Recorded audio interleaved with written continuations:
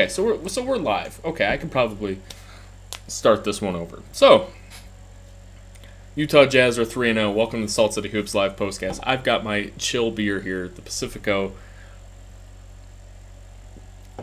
Yes, even craft beer drinkers like myself, the snobs like me, need to have a chill beer once in a while. It's been a long week, and we've had a few beers, so we need to relax and have an easy beer. Got the lime, and don't worry, I've seasoned this up quite a bit. So we'll get to a bunch of the smaller picture things, but the Jazz being 3-0 as an absolute stunner, and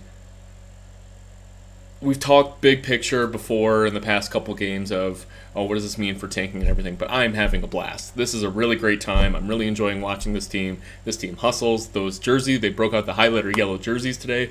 Those were terrible. Did not mind because they were just flying around the court, and it was a lot of fun to watch. They won their second overtime game in a row. This is not something that you would expect this team to do over the past few years. They would get kind of disjointed. The offense would completely grind to a halt. The ball would not move around. And they would definitely choke games away. And today, I will say the Jazz had a lot of that feeling today, but there was just a little bit more heart than I think the prior iterations have had. I say there was a similar feeling for two reasons. One, you'll see on the graphic that the Jazz did blow a 17-point fourth quarter lead. They did allow New Orleans to go on a 20-3 or 21-3 run. In the midst of that, it felt very Clippers series-like, where they were getting pretty decent looks, and the ball was just hitting the rim. Like, there was a lid on the rim. There were a few bad shots, but overall, the course of, only hitting those 3 points over that long stretch, there weren't a ton of, horrible look after horrible look. The other way it was similar is that towards the end of fourth quarter and overtime, this team, unlike the Timberwolves overtime game where they were just running their offense and the ball was kind of flying around, they were really relying on the fast break as well after playing great defense. This felt like, okay, CJ McCollum's turn to score for the Pelicans, and then it would be in Jordan Clarkson, who played the role of Donovan Mitchell, of just being the ball-dominant guy, always running the offense, always looking to just kind of dribble into the paint and end up stopping the ball, picking up his dribble, and ending up with a medium or bad shot or kick out. But eventually, the final play was a Kelly Olynyk game winner, right? So Jordan Clarkson, I bemoaned maybe the style of offense that the entire team was playing, but he was relatively okay in that overtime period. He hits, at one point, he hits a three to tie the game. And it just off of a normal set where he comes off of a screen and just hits a tough contested three. CJ McCollum comes back, and Jared Vanderbilt plays great defense on him. And then Jordan Clarkson gets a fast break three that was just great and in rhythm. So he was great as far as scoring the points. Don't mind how he played at all, and I'll get to his defense hopefully in a minute. But then the game winner, absolutely fabulous. You have, so after the game, Will Hardy did say that the ball went to Olynyk from the inbounds because of Olynyk's good decision-making. And I would agree. I joke half the time that Olynyk is going to break the Utah Jazz's triple-double failure streak because of his ability to pass the ball. I don't know if he's ever even had 10 assists in his career, but I don't think there's anybody on this team who can really come close. But he's got good passing ability, decent dribbling, and obviously decent shooting. So he gets the ball at the top of the arc, and he I think the play was intended for him to give a handoff to Markkanen, but the defense was real tight. Herb Jones was guarding Markkanen, and Markkanen had a fabulous game. You had to stick on him because he was scoring really well, and so Olynyk has to pick up and not actually hand the ball off to Markkanen because that's going to end up in a kind of a broken, busted play. So he looks to who his inbounder was, and his inbounder, who I believe was Mike Conley, was covered. And so Olynyk finds himself guarding, or he finds himself with, after a couple switches on the off-ball action, that CJ McCollum is now guarding him at the top of the arc. And Olynyk doesn't give New Orleans a chance to set up at all. He just takes two hard dribbles, puts CJ McCollum in jail in the paint, and rises up for an easy, totally uncontested finger roll He was a little off balance because he's not the best dribbler in the world. And actually, I lied. I think it was a two hard left dribbles. But so he almost lost the ball in the middle of his dribbling, but he caught it back and did a quick finger roll, which was really great. Got the game winner. 3 seconds left for New Orleans to get a bucket off with no timeouts. And Sexton and Conley did a great job of forcing him to take a falling away 35-footer, 33-footer. Great performances from a lot of people on the team. I think the thing I want to quickly highlight is the Jazz defense. So obviously, there's not a lot of good defenders on this team as far as individual defense, right? You can point to guys like Jared Vanderbilt having a decent reputation in that respect. You can point to Walker Kessler, the rookie, being pretty competent guard the rim big man. He was pretty good today. He had some interesting moments as well. But overall, right, you're not looking at this team as full of amazing defenders, and you can really cobble together a top 15 defense. It's kind of got a lot of athletes who don't really, or older veterans of some kind who don't really have the ability to really string together a mind meld defense that you really need to have in today's offense-focused NBA, or a singular defensive presence to the level of like a Rudy Gobert, right?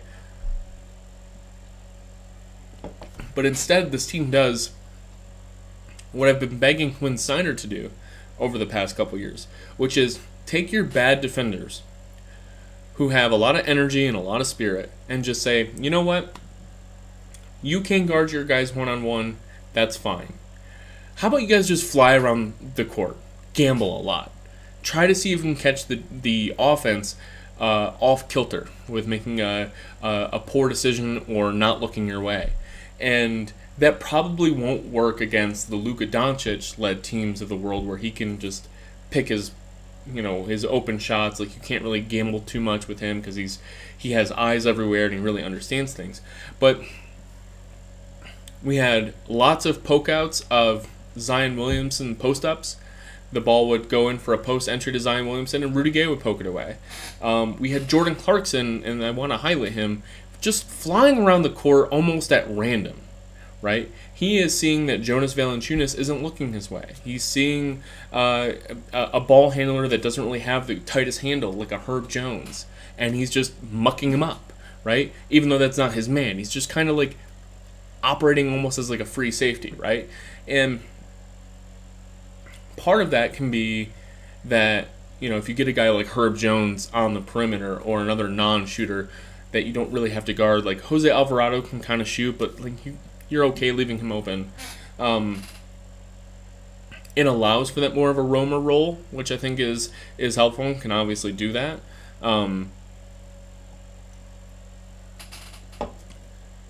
But Quinn Snyder's teams never allow that sort of individual decision-making on defense. It was always just get the ball to Rudy, funnel the ball into the center, you're not going to score. But too often we saw what happens if you can pull Rudy just not quite under the rim, right? Ball pings around open threes.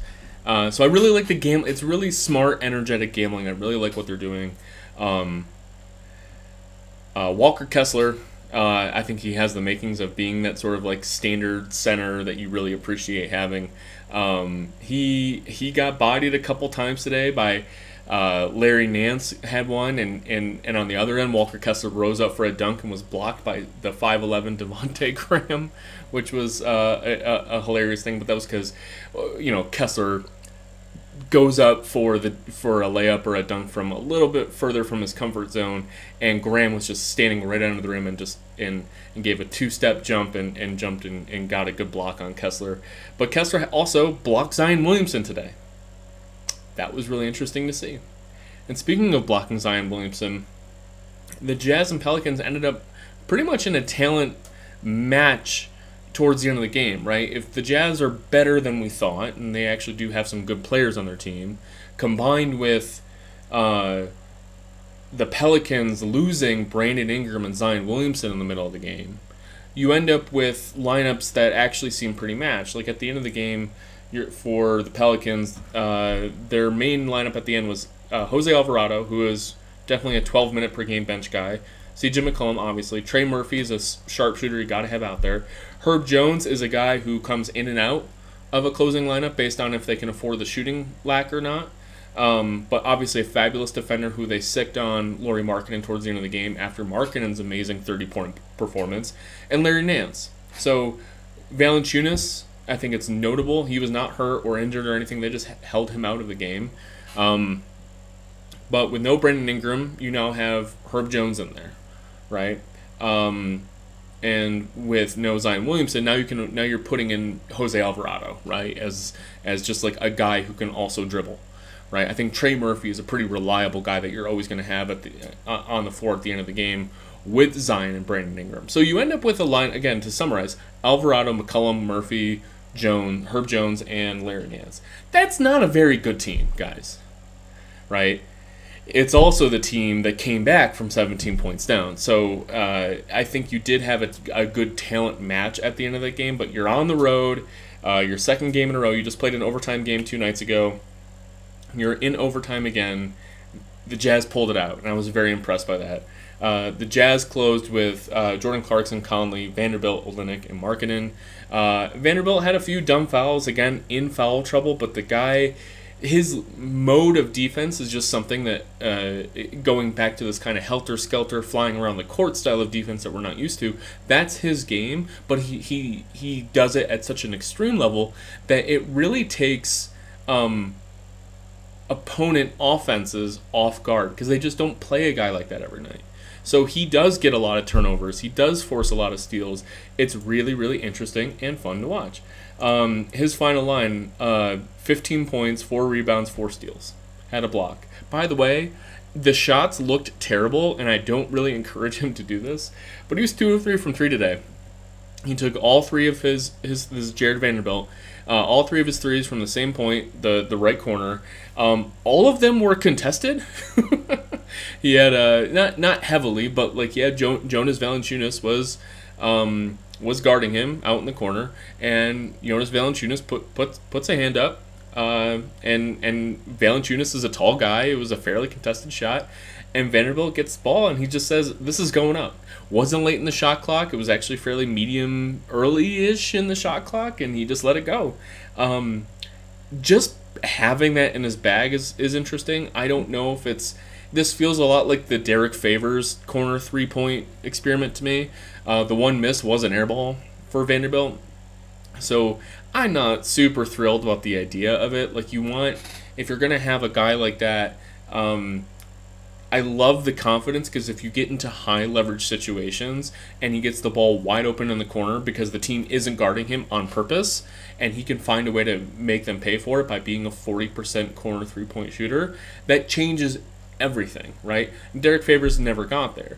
Vanderbilt has a little potential there, but his left-handed jumper looks a little funny for that for me. But he did hit 2 threes today, which he never did. I'm going to quickly look up his stats real quick, which makes up for great radio, but I'm not sure how many career threes this guy's hit in his life. But thank God for Basketball Reference. So he hit 2 threes last year, 2 of 14 last year, and then 1 of 5 the year before, and he's never made a 3 before then. So he's a career 3 for 21 3-point shooter in his 4 seasons in the league. Well, I guess now he's 5 for 24, so the percentages are going up. So Jared Vanderbilt, love watching him play. He remains enough of an offensive liability that we need to think about it, but that kind of leads into the last point I want to make, is we're seeing a really clear set of capital L lineups that Will Hardy's doing with this team. There's like a big lineup and a small lineup. Obviously, the big lineup is some combination of Clarkson, Sexton, and Mike Conley with 3 bigs, right? And I'm counting Lauri Markkanen. He plays small forward in this lineup, but he's a big. So 6'11" Lauri Markkanen, the 6'10" Kelly Olynyk. He might be 6'11". I think he's 6'10". And Jared Vanderbilt, right? And Jared Vanderbilt as the non-shooter of all of those 5 players. he operates as like the one guy you can have as like the dunker or the roll man. And Vanderbilt has no touch around the rim when it comes to finishing a pick and roll. But he does have very good passing ability out of the short roll. And I really like Vanderbilt kind of getting the ball at that point. He knows exactly where the right reads are. If those first reads get taken away for Vanderbilt, I'm interested to see if he can quickly adapt to getting it to the elbows or doing something more creative. But for right now, he's totally fine in that, one non-shooter. And it's not a hockey change lineup that we see, but very quickly, Will Hardy will then stagger in his bench players.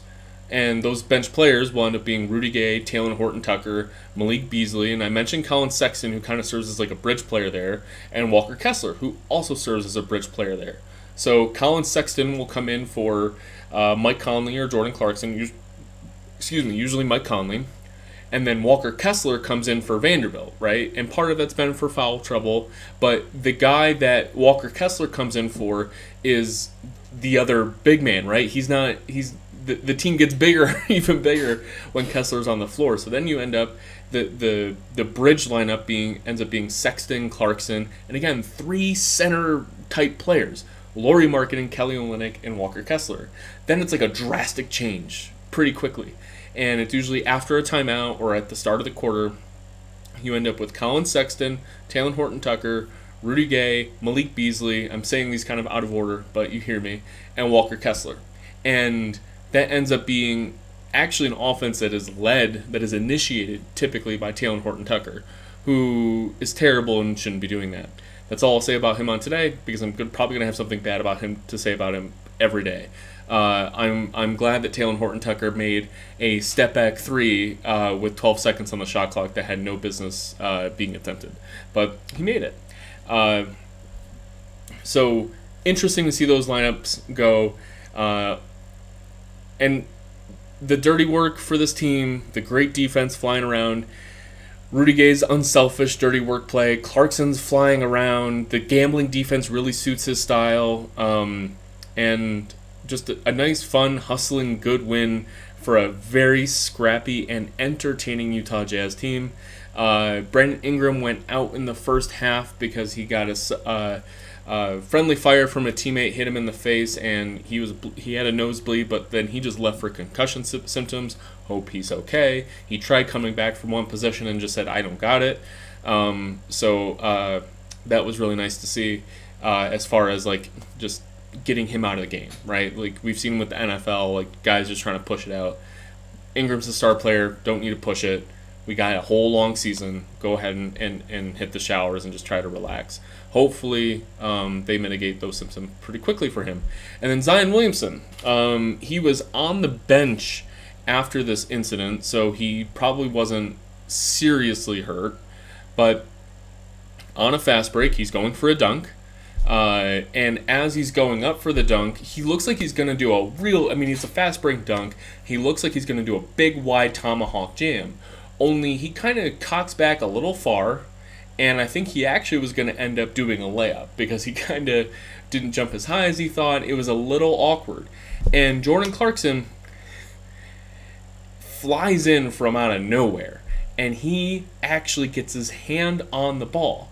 But because Zion Williamson is kind of cocked back and has a little bit awkward angle, feeling that force of the hand against his ball, he ends up losing his balance and lands straight on his back. Now, you've seen these mid-air collisions before. You know they look brutal. And on the road against New Orleans, that crowd was extremely mad, especially because Zion has been pretty fragile in his career. You got to protect him. And it looked like, It looked like a guy going up in midair, and Jordan Clarkson totally, undercutting him and hurting him on purpose. Turns out Jordan Clarkson got all ball. It was actually called a block on the floor, a legal block, and we were like, that's impossible. And watching the replay, no, it was a clean block by Jordan Clarkson on a fast break against Zion Williamson. Now, little dangerous and maybe not super big fan of the entire outcome, and Zion ended up sitting on the bench the rest of the game. Did not play. Looked precautionary, but they did say it was injury related, so maybe he just had a sore back and has a big bruise on it that he needs to rest for a little while. But kind of an impressive play by Jordan Clarkson, but kind of left us all pucking our butts for a little bit. I got a lot more details and notes to say, but I'm just very happy with how this game turned out. And it's been a good day. And just drinking a chill Pacifico today, enjoying the rest of what we got going on here with the Jazz being 3-0. So, mentioned Lauri Markkanen, 30 points, 12 rebounds, great defense. Loved him initiating. That's another thing the Jazz do. Markkanen initiated a lot of the offense. Every player, including Walker Kessler, has license to just bring the ball up. Like, let's get the offense going, right? That never happened with Utah. It's not like you would trust a Rudy Gobert or Hassan Whiteside to even walk the ball up the court. But even today, Walker Kessler, the ball ended up in his hands after a rebound, and everyone's just already going down for the fast break. And he says, all right, I'll dribble it up. And that's kind of the role everyone has, which is really nice to see. And so you end up with a lot of really cool Olynyk and Markkanen handoffs in the pseudo break. So you'll end up with Markkanen will dribble the ball up, and he'll just have Sexton or Conley immediately meeting him to do a dribble handoff, right, on the half break.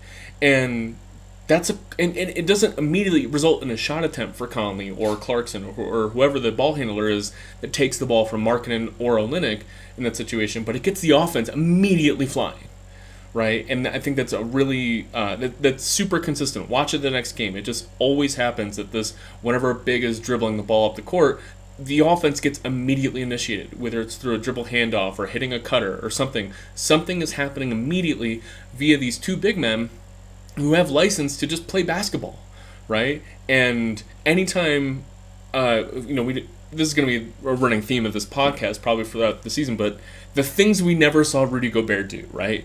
Because whether he was allowed to or just he didn't, you never saw Rudy just initiating a play ever, right? In fact, against Minnesota the other night, there were a couple times that they asked him to get the ball at the elbow, hold it real high, and make a passing decision. Both those times, Jordan Clarkson got him once and Mike Conley got him the other time. They poked the ball out of his hands from behind, right? Like they knew, okay, he's got the ball. I know he's not looking for me. I know I can get up there and poke the ball away. I think both times it didn't actually result in turnovers. Either I think a teammate picked it up, but that's just something that is a big difference from how Markkanen and Olynyk are able to operate under Will Hardy's offense, which is really cool. Entertaining to watch.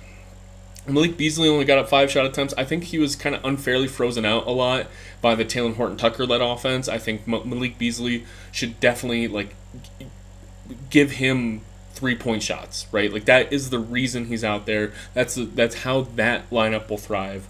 And just didn't see it. Again, only 19 minutes for Colin Sexton in an overtime game. I know the backcourt is a little loaded right now. You have 96 minutes to split between Clarkson and Conley, Sexton and Beasley. He's too good of a player to just be giving 19 minutes to. And he was a team leading plus 11 in those 19 minutes. He is a starting level of player, and I think maybe they're just trying to showcase Conley and Clarkson, or frankly, they are better players too for the most part. But I do think Sexton is probably a little bit better than Clarkson. But maybe they just want the length and the defense of Clarkson over Sexton, right? We'll see. Rudy Gay was fine, right? He's the consummate veteran on a kind of a medium to bad team.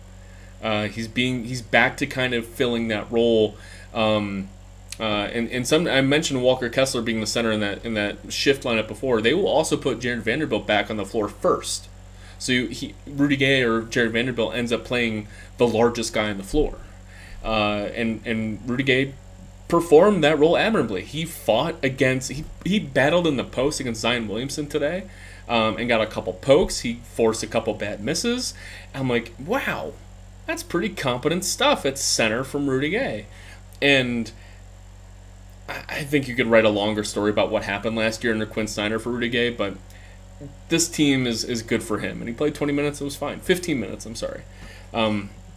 From there, we'll just hope that Brandon Ingram and Zion Williamson are okay, but the Jazz get out a good win. If you're rooting for lottery balls, this was a bad win, but I'm rooting for wins because ultimately the rising tide is going to lift all boats, right? This isn't a Charlotte Hornets or a Detroit Pistons capped out team. This is a team that has a bunch of young players and a bunch of future draft picks coming due from other teams. They can do something now with this team, right? Going forward, if they end up winning 30, 35 games. We'll see. Right now it's 3-0 against three very hard teams. What's their schedule coming up? I know what's coming up this Friday. I live in Denver. I will be sitting right behind the bench for Jazz Nuggets for that one. But I think they got the Rockets coming up pretty soon. What's the next game here? And we'll do a postcast for that one too. Tomorrow they got a 6 o'clock game against the Rockets at Houston. And it's a home and home, and we're home against the Rockets on Wednesday. So Rockets and then Nuggets on Friday. So we'll see what sort of live postcast editions we do. I will be doing some morning after hangover podcasts, as I like to call them. But I'm really happy with the Jazz right now because I'm having fun, right? And that's what this is all about. So I'm gonna punt. This has been a great way to cap off the weekend. It's been a long weekend, and I've loved doing these. So cheers to the Jazz. Hope you had a great weekend, and we'll catch you for the Rockets tomorrow at 6. Have a good night.